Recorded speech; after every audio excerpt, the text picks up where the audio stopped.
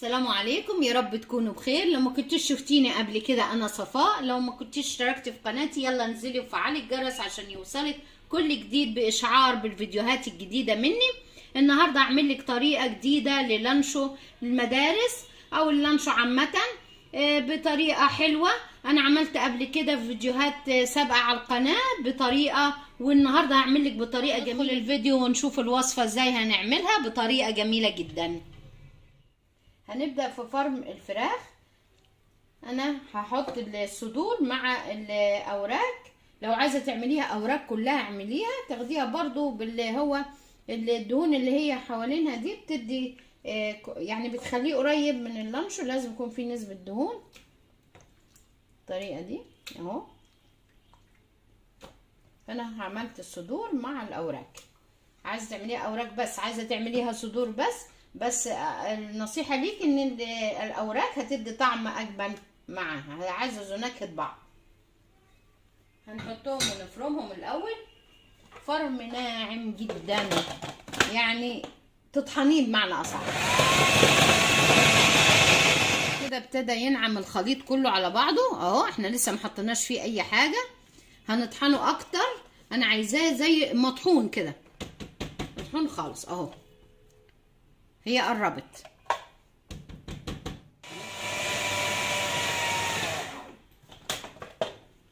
كده، وصلت قوامها حلو جدا. هحط لها بقى التوابل اللي احنا هنحطها فيها.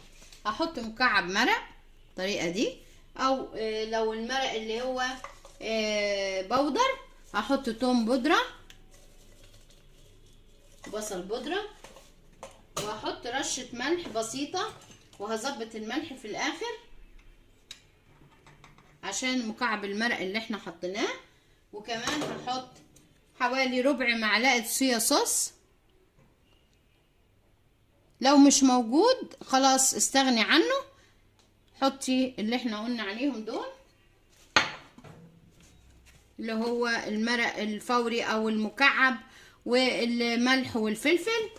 هحط كمان فلفل اسود وبصل بودرة وتوم بودرة،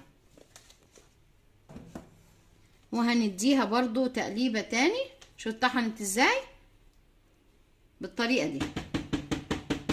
عايزين تختفي خالص النسيج بتاع الفراخ، هنطحنها تاني. هجيب ربع كوباية مية سخنة بالطريقة دي اهي، نتكتل كده تكون بتغلي، وهحط فيها معلقتين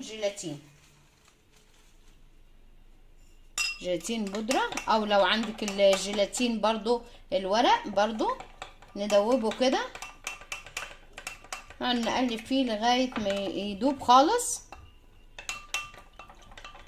الطريقة دي حلوة جدا. انا عملت لك قبل كده اللانشو بطريقة في الفيديوهات القديمة، لو عايزة ترجعي لها بديكي كذا طريقة، والطريقة اللي تجربيها وتعجبك اخديها واستعمليها. هندوب الجيلاتين لغاية ما يدوب خالص. احنا وصلنا للقوام ده، القوام الناعم جدا اهو، ناعم خالص اهو.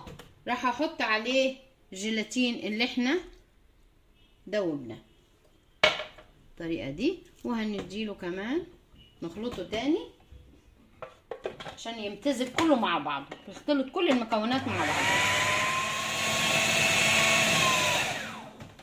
كده خلاص. مقدار بالطريقه دي.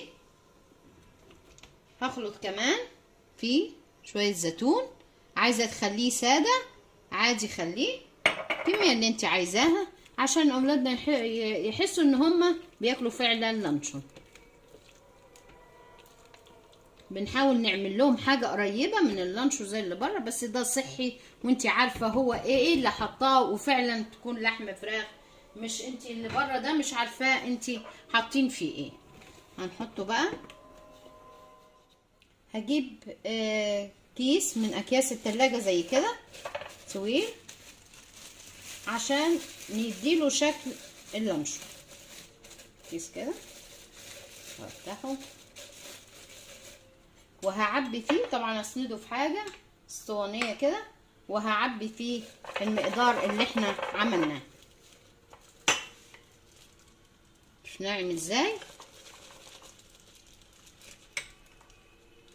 ولا في نكهات صناعية ولا اي حاجة. فانت بتاكل اولادك حاجة عارفاها ايه هي، ما تأذيش جسمهم.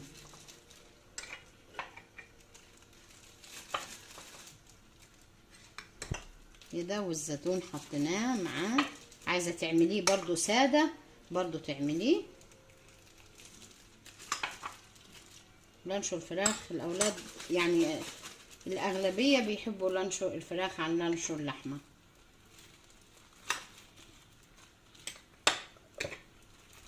عملنا 2 اهو، وهنكمل الثالث كمان. عملت 1 طويل و2 هنعملهم صغيرين زي الاشكال اللي هي بتحبها اولادنا. بقدر الامكان اديهم الشكل اللي هم بيلاقوه بره عشان ما يحسوش حاجه غريبه، وياكلوها لما يجربوها يعجبهم الشكل، يجربوها تعجبهم.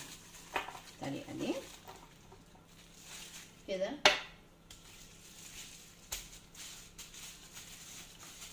نحاول نرجع كله كده لورا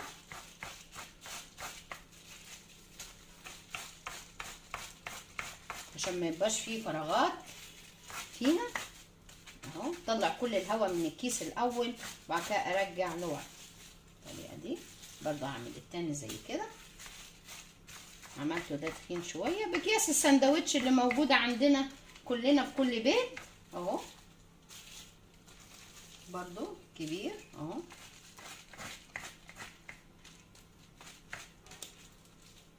الطريقه دي، وهجيب ورق ألمونيوم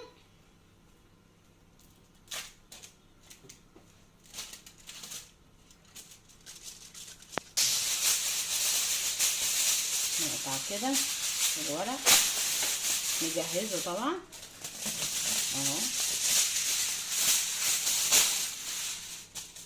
وهنبتدي نلف فيه اللانشو بتاعنا.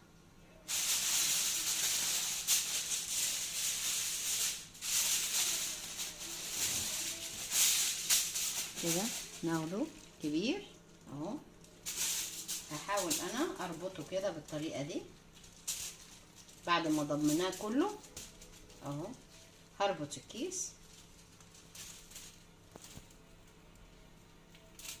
اهو كده، وهلف فيه عشان نديله الشكل الاسطواني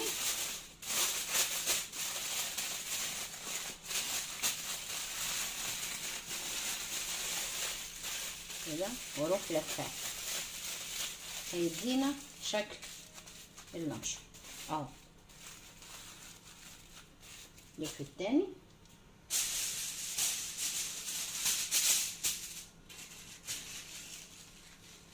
برضو اربط فيه بعد ما طلعنا الهواء وفرغناه خالص. هنربط برضو للاخر كده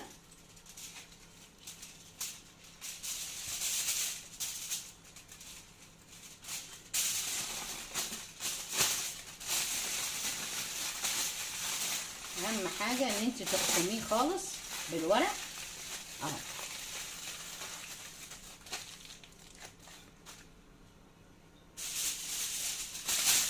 تمام. اللف الاخير برضو هفرغ كده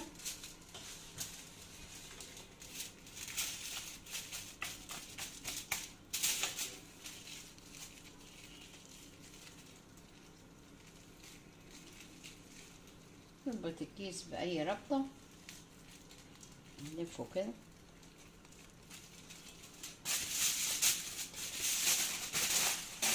طبعا نتحكم فيه بالورق عشان مفيش اي حاجه تخليه يتحرك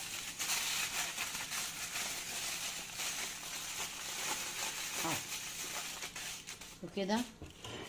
لفيناهم ونروح على البوتاجاز نشوف هنعمل ايه. ميه بتغلي، هنحط ميه بتغلي بالطريقه دي، وحطيت فيها بصلايه زي ما احنا شايفين، ورق لورا وحبهان وفص ثوم ربع معلقه ملح. ننكه بس الميه، وهجيب اللانشو زي كده حطيناه. ولما تيجي تاخدي بالك المصفى بتاعتك هتكفي قد ايه، عشان ما اعملش وبعد كده احط مثلا طويل وبعد كده اصدم ان المكان مش مكفي، مش هتقدري تقطعي الكيس او تفضيه او تعملي، هيبقى ايه باظ عندك. فانت قيسي مقاس المصفى بتاعتك وحطي اعملي على قدها، زي ما انا عملت واحد طويل اهو وعملت الشكلين الصغيرين، وهنسيبهم حوالي ساعة يستووا وبعد كده نشوف هنعمل فيهم ايه. وكده بعد ما مر الوقت ساعة هنشيله، ندفع عليه النار، ارفعه بكل سهولة اهو زي ما هو كويس واستوى كمان. هنركنه يبرد كده 10 دقايق، بعد كده هنفك الورق مع بعض ونحطه في التلاجة، تاكلي منه بعد 3-4 ساعات، او يستحسن يكون كمان من بالليل للصبح عشان تاخدي الطعم الجميل. سيبناه برد، هنفتحه مع بعض. شلت انا بس ورق الالومنيوم عنه، افتحه كده هيطلع بكل سهولة اهو اهو نفس الشكل اللي اولادنا بتحبه. هنقطع كده مع بعض ونشوف اهو. نقطع الشكل التاني كمان، عاطي تربيعة شوية بالمنظر ده زي الجاهز بالظبط، والطعم كمان مش زي نفس الجاهز لكن طعمه حلو، انت ضامنة انت بياكلوا ايه الاولاد. النكهات اللي حطيناها فيه هيخليه شكله حلو، نفس الاشكال اهي اهو كده. قطعتلك كل الاشكال، مستوي جميل جدا جدا. دي مش هتبطلي تعمليه، وفي نفس الوقت كمان هتبطلي تشتري الجاهز والاولاد هيحبوه. كده قطعنا اللانشو بتاعنا ورصيناه بالرصه الجميله دي زي ما احنا شايفينه كده، وهنقدم جنبه الكايزر. هتحشي سندوتشات ياخدوه المدرسه، هيتعشوا بيه، هيفطروا بيه، تدخليه كمان في المخبوزات، كمان هتدخليه في المخبوزات. كمان هتشوفي ان شاء الله المخبوزات اللي هي حشيناها برضو بالجبن، وفي شويه عملتهم ساده كايزر اللي زي كده. هتشوفي ان شاء الله تنزل في فيديو قريب مع يا اما قبل اللانشو يا اما بعد ان شاء الله، تبع ما ينزل وتشوفيه. المهم ان الوصفه ان شاء الله موجوده، هتشوفيها على القناه. وقدمت جنبيها الخيار المخلل. كمان اللانشو ده حلو في ايه؟ ان انت تدخليه في الفطاير، يعني انت لو حابه فطاير زي كده زي اللي انا عملتها ممكن تحشيه فيها، تدخليه فطاير كتير، تعملي وصفات برضو عشاء خفيفة او فطار خفيفة وتدخلي اللانشو، بدل ما بنشتري الحاجات المصنعة واحنا مش عارفين هو ده من ايه. وان شاء الله الفيديو النهاردة يعجبك، وكون عطيتك فكرة جديدة لعمل اللانشو لاولادنا. كل سنة وانتم طيبين، والى اللقاء في فيديو احلى واحلى كمان.